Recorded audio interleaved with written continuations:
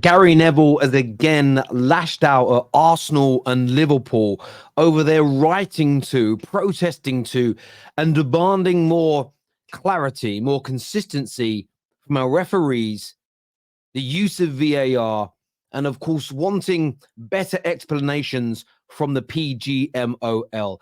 Gary Neville has come out in full force again after Nottingham Forest this weekend wrote to the PGMOL complaining about the movement of the ball by Ivan Toney for the free kick. There are huge complaints coming out of the West Ham Sheffield United game. Firstly, the inconsistencies through the penalty conceded by West Ham. And then, of course, the controversy in the dying moments, Gerard Bowen being body slammed to the floor and no penalty being given. And Gary Neville has come out and stated that clubs writing to the PGMOL is embarrassing. Liverpool and Arsenal started and set the precedent for this nonsense. And I have to say this about Gary Neville in this instance. He's so wrong. He is absolutely wrong.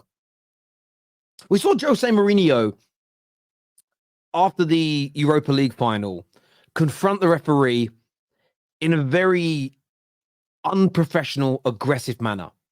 We then saw the referee lambasted and cornered and surrounded at an airport. Now, that I do not agree with in any way, any shape, or any form. But clubs writing letters, clubs calling out inconsistencies, continuous poor decisions, and calling out moments that are costing them valuable points in title races, huge points in relegation battles, massive points when it comes to qualifying for Europe. All of this is worth glory. All of this is worth huge amounts of money to these football clubs in terms of their progression and their growth. And for Gary Neville to call this out, I think is so wide of the mark. He is not reading the room. You know, what are they supposed to do, Gary? Wait for the show on Sky Sports with Michael Owen of referees mic'd up, where we're given very little clarity. No serious questions are asked.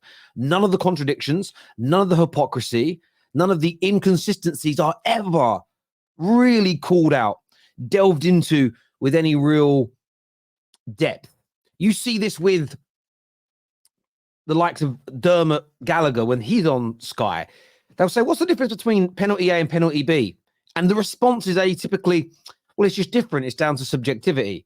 That is not an answer you expect from ex-pro referees, paid pundits, or of course, the PGMOL themselves. So firstly, Forest are right. West Ham are right to call out these terrible, terrible decisions. By the way, Liverpool should be calling out terrible decisions from yesterday that they were not given.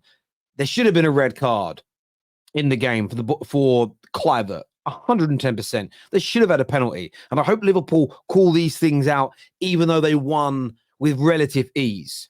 West Ham should be angry. Forest should be angry.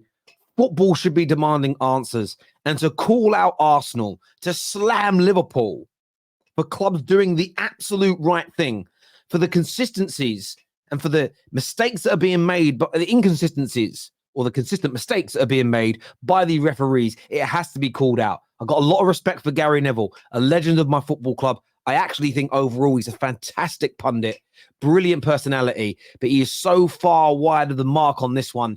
It is unbelievable. Give me your thoughts below and let me know what you think and feel. There's been an amazing few days for Man City fans. Of course, Everton, Forest being charged. It was always going to create noise around their situation. We have seen in a select committee with the government and MPs, a date has been set. We don't quite know when yet. Premier League say they're confident that they can prove City have cheated. There'll be a big punishment. City believe there is unequivocal, undeniable evidence that proves their innocence. And the big sort of question is, well, why delay the situation so long if you have irrefutable evidence? Time will tell on that one. But what I find really interesting online, and this is my interpretation, so don't get angry about the title of the video. It's my interpretation of what you're saying to me. The volume of Manchester City fans, in my view, demonstrating their fear of guilt or their belief they're guilty is unbelievable. This was from a Big City account. The guy's name is Pete. Big up, Pete. He says here in his tweet, the Premier League CEO, Richard Masters, was handpicked by Liverpool and Manchester United to succeed Richard Scudamore. EFL chairman Rick Parry wants Liverpool and Man United to have a greater share of voting rights. Liverpool and Man City make the rules. Sorry, Liverpool and Man United make the rules. That's his tweet. City fans are on this like catnip. Yeah, this is why we're in trouble. This is why we're being set up.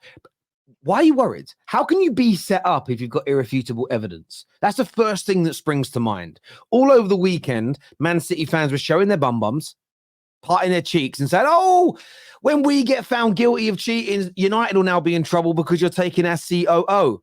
Why is that your first train of thought?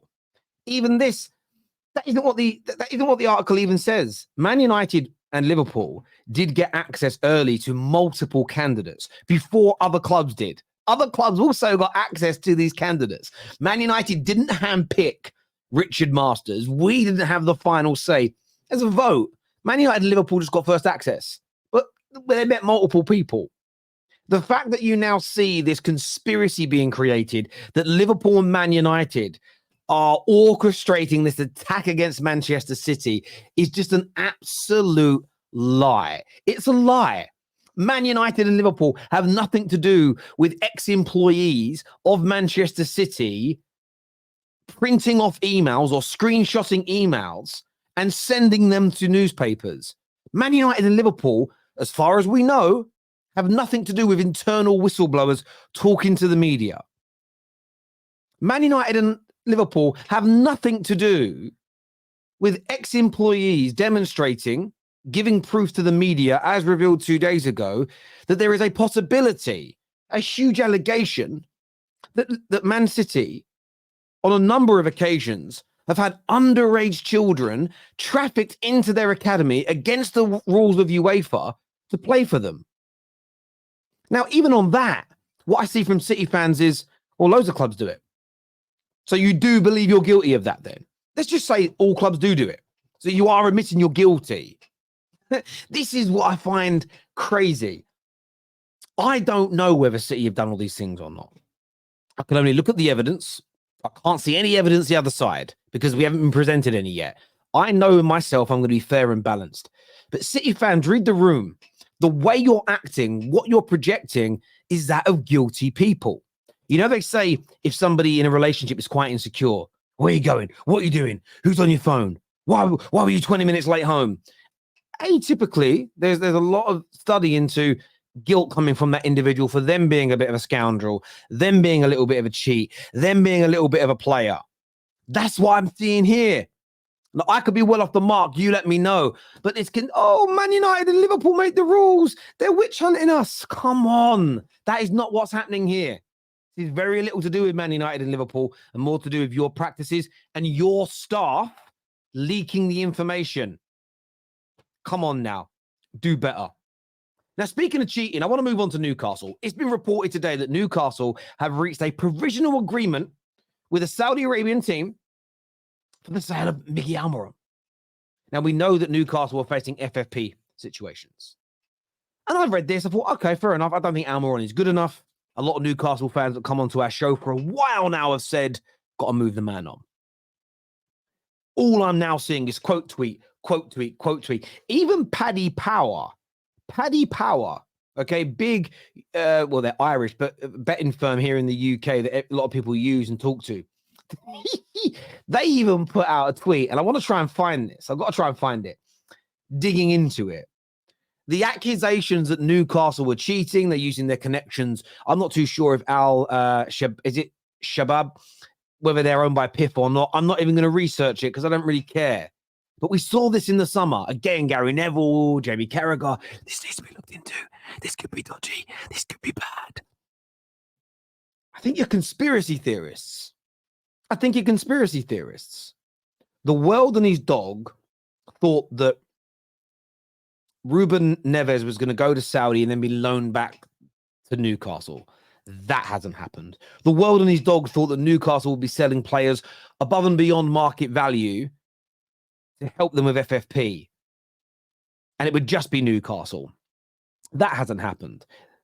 And I'm going to, I've defended Liverpool twice here, but I'm going to go here at Jamie Carragher. In the summary, called out what Newcastle were doing and said it needs to be investigated, needs to be looked at. Said nothing when Liverpool were selling players for large, absorbent amounts of money based on their current standing to Saudi. By the way, one of which, Jordan Henderson, has come back to Europe almost straight away and hasn't even been paid because he deferred his money. Genuinely.